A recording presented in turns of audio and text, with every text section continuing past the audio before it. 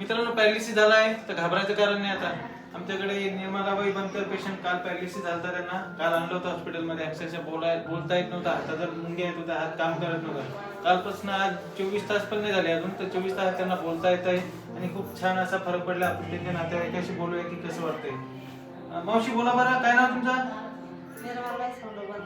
बोलता येतंय का आज? काल आले होते बोलता येत होतं का?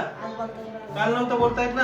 हात वरती उचला, त्यांचा हात पण नव्हता काल उचलता येत, बोलता पण येत नव्हतं. जवळपास 24 तास पण नाही उलटले तर पेशंट खूप असं बरं झालेलं आहे. बरं वाटतंय कालच्यापेक्षा? काल आणलं त्यावेळेस कसं होतं, बोलता येत नव्हतं, हाताचं काम नव्हतं करत, छान फरक पडला. तर मित्रांनो बघितलं तुम्ही की 24 तासाच्या आत पेशंट लवकरात लवकर जर हॉस्पिटलला आणलं, लवकर जर ट्रीटमेंट घेतली तर लवकरात लवकर पेशंट बरं होत असतं. त्यामुळे पॅरालिसिस झाला तर घरी वेळ न जाऊ देता तुम्ही लवकरात लवकर हॉस्पिटल दाखवायचं आणि लवकरात लवकर थेरपी जर घेतली तर लवकर पेशंट बरं होत असतं.